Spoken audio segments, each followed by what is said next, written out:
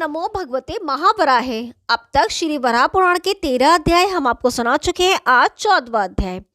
मार्कंडेय जी कहते हैं, विप्रवर, प्राचीन समय में यह प्रसंग ब्रह्मा जी के पुत्र सनंदन ने, जो सनक जी के छोटे भाई एवं परम बुद्धिमान हैं, मुझसे कहा था। अब ब्रह्मा जी द्वारा बतलाई वह बात सुनो।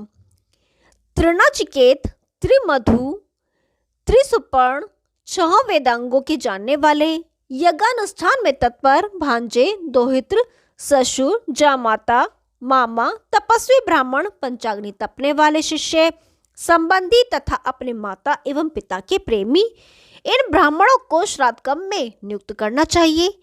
मित्रघाती स्वभाव से ही विकृत नखल वाला, काले दांत वाला, कन्यागामी, आग लगाने वाला, सोमरस बेचने वाला, जन समाज में निंदित, चोर, चुगलखोर, ग्राम पुरोहित, वेतन लेकर पढ़ने तथा पढ़ाने वाला, पुनर्विवाहिता स्त्री का पति, माता पिता का परित्याग करने वाला, हीन वर्ण की संतान का पालन पोषण करने वाला, शूद्र स्थिति का पति तथा मंदिर में पूजा करके जीविका चलाने वाला, ऐसे ब्राह्मण श्राद्ध के अवसर पर निमंत्रण देने योग्य नहीं है।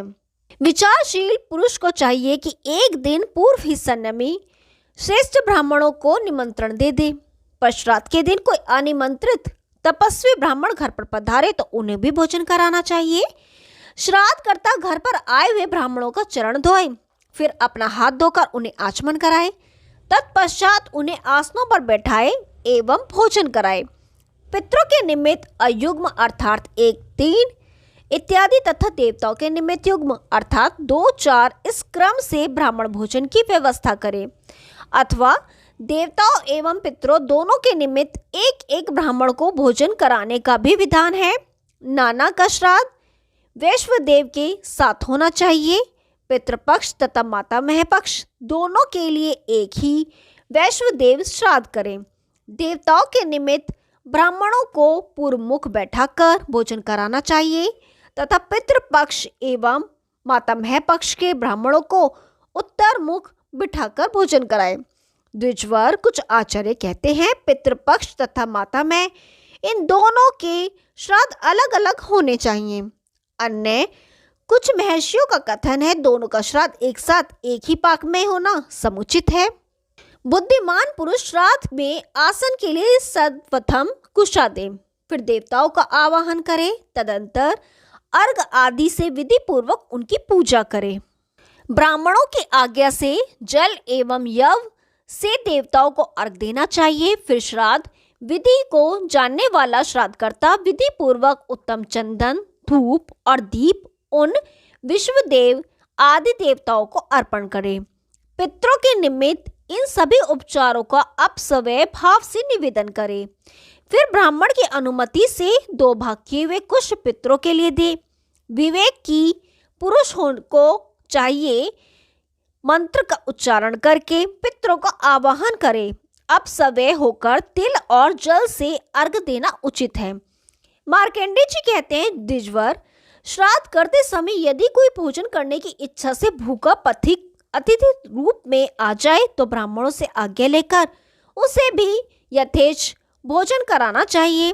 अनेत अज्ञात पूर्व योगी गण मनुष्य का उपकार करने के लिए नाना रूप धारण कर इस धराधाम पर विचरण करते रहते हैं। इसलिए विज्ञ पुरुष श्राद्ध के समय आए हुए अतिथि का सत्कार अवश्य करे।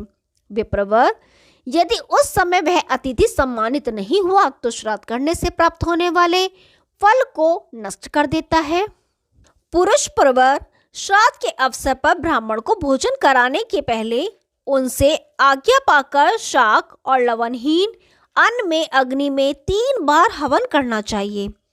उनमें अग्नये कव्य वहना स्वाहा इस मंत्र से पहली आहुति, सोमाया पितृमहे स्वाहा इससे दूसरी एवं वैवस्वताय स्वाहा कहकर तीसरी आहुति देने का समुचित विधान है। तत्पश्चात हवन करने से बचे हुए अन्न को थोड़ा थोड़ा सभी ब्राह्मणों के पात्रों में दे दे। भोजन के लिए उपस्थित अन्न अत्यंत मधुर भोजनकर्ता की इच्छा के अनुसार तथा अच्छे प्रकार सिद्ध किया हुआ हो। पात्रों में भोजन रखकर श्राद्धकर्ता अत्यंत सुंदर एवं मधुर वचन कहे। महानुभवों, आप लोग अपनी इच्छा के अनुसार भोजन करें।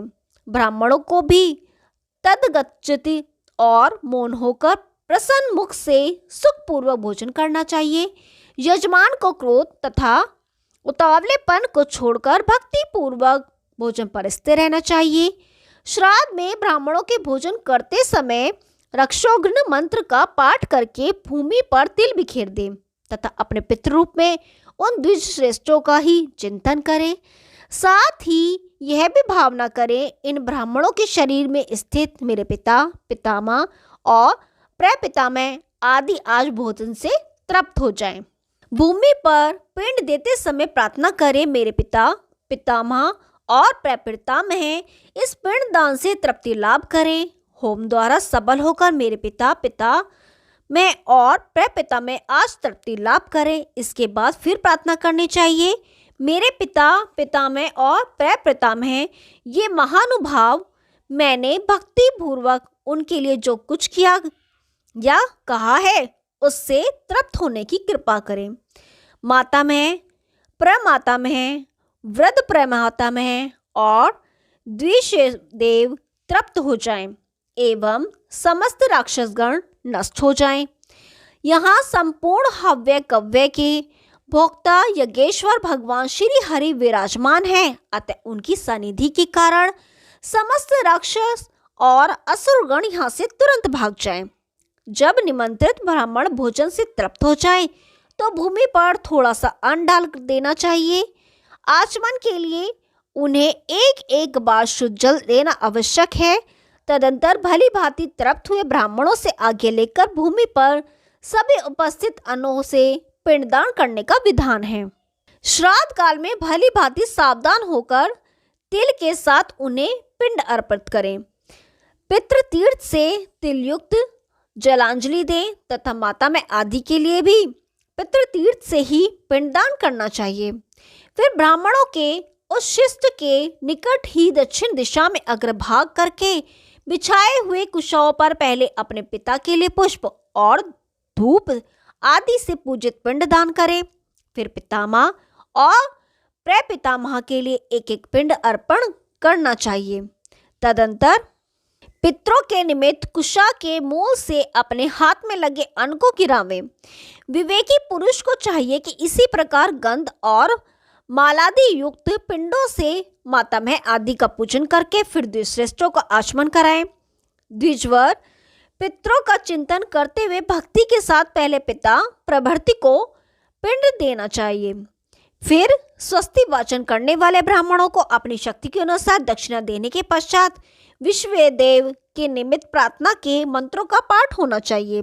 जो विश्वदेव यहाँ पधारे हैं वे प्रसन्न हो जाएं। यो श्राद्ध करता प्रार्थना करे, वह उपस्थित ब्राह्मण उसका अनुमोदन करे। फिर आशीर्वाद के लिए प्रार्थना करना समुचित है।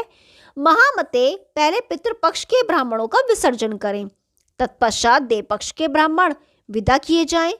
विश्व देवगण के सहित माता में आदि में भी ब्राह्मण भोजन दान और विसर्जन आदि की यही विधि बतलाई गई है। पितृ और माता में दोनों ही पक्षों के श्राद्धों में पादशोष आदि सभी कर्म पहले देव पक्ष के ब्राह्मणों का करें, परंतु विदा पहले पितृपक्षीय अथवा मातृपक्षीय ब्राह्मणों को ही करें। माता में आदि तीन पितरों के श्राद्ध में ज्ञानी ब्राह्मण प्रथम स्थान पाने का अधिकारी है। ब्राह्मणों को प्रीति वचन और सम्मान पूर्वक विदा करें। उनके जाने के समय द्वार तक पीछे पीछे जाएं, जब वे आज्ञा दें तब लौट आए। श्राद्ध करने के पश्चात विश्वदेव नामक नित्य क्रिया करनी चाहिए। इस प्रकार सबका सत्कार करके अपने घर के बड़े लोगों एवं बंधु बांधवों एवं सेवकों सहित स्वयं भोजन करना चाहिए। विवेकी पुरुष का कर्तव्य है कि इसी प्रकार पिता पितामह प्रपितामह तथा मातामह प्रमातामह एवं वृद्ध प्रमातामह का श्राद्ध संपन्न करे। श्राद्ध द्वारा अत्यंत तृप्त होकर ये पितृ संपूर्ण मनोरथ पूर्ण कर देते हैं। काला तिल, कुतप मुहूर्त और दोहित्र ये तीन श्राद्ध में परम पवित्र माने जाते हैं। चांदी का दान तथा उसका दर्शन भी श्रेष्ठ है। श्राद्ध कर्ता के लिए क्रोध करना, उतावलापन तथा उस दिन कहीं जाना मना है। ये तीनों बातें श्राद्ध में भोजन करने वाले के लिए भी वर्ज्य हैं। द्विजवर, विधि पूर्वक श्राद्ध करने वाले पुरुषों से विश्वेश देवगण, पितृगण, मातामह एवं कुटुंबीजन सभी संतुष्ट रहते हैं। द्विजवर, पितृगणों का आधार चंद्रमा है और चंद्रमा का आधार योग है, अतः श्राद्ध में योगी जन को नियुक्त करना अति उत्तम है। विप्रवर, श्राद्ध भोजी 1,000 ब्राह्मणों के सम्मुख यदि एक भी योगी उपस्थित हो जाए तो वह यजमान के सहित उन सब का उद्धार कर देता है। सामान्य रूप से सभी प्राणों में इस प्रतिक्रिया का वर्णन किया गया है। इस क्रम से कर्मकांड होना चाहिए। यह जानकर भी मनुष्य संसार के बंधन से छूट जाता है। गौरमुख, श्रेष्ठ व्रत वाले बहुत से ऋषि श्राद्ध का आश्रय लेकर मुक्त हो चुके हैं, अतएव तुम भी इसके अनुष्ठान में यथाशीघ्र तत्पर हो जाओ। द्विजवर, तुमने भक्ति पूर्वक इस प्रसंग को पूछा है, अतः तुम्हारे सामने मैं इसका वर्णन कर चुका। जो पितृ यज्ञ करके भगवान श्री हरि का ध्यान करता है उससे बढ़कर कोई कार्य नहीं है और उस यज्ञ से बढ़कर दूसरा कोई पितृतंत्र भी नहीं है, इसमें कोई संदेह नहीं। ओम नमो भगवते महावराहे। 14 अध्याय समाप्त हो चुका। कल 15वां अध्याय शुरू करेंगे। तब तक के लिए नमस्कार।